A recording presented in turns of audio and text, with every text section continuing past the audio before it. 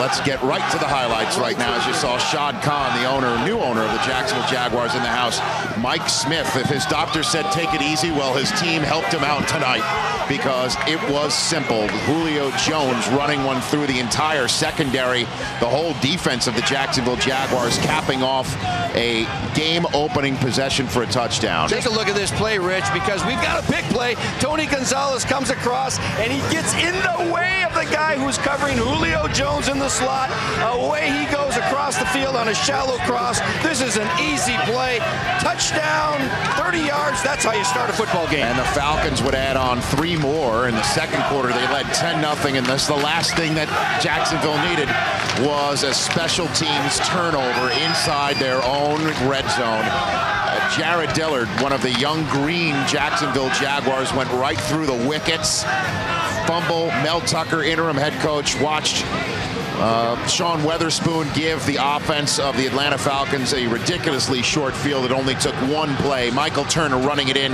9th touchdown this season. Falcons up 17-0, and this essentially was a wrap from there on out.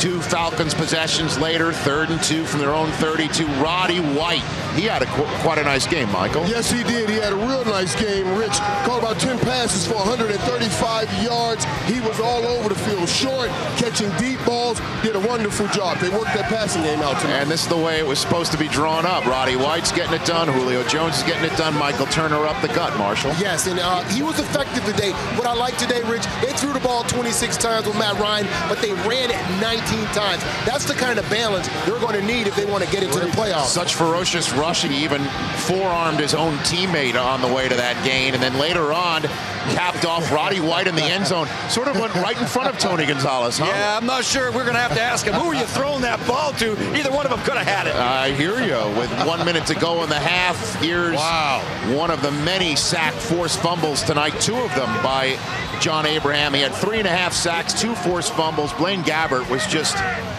on the wrong side of everything tonight. We said that earlier in the pregame that this is not this kid's fault. He's taking a beating back there in the pocket.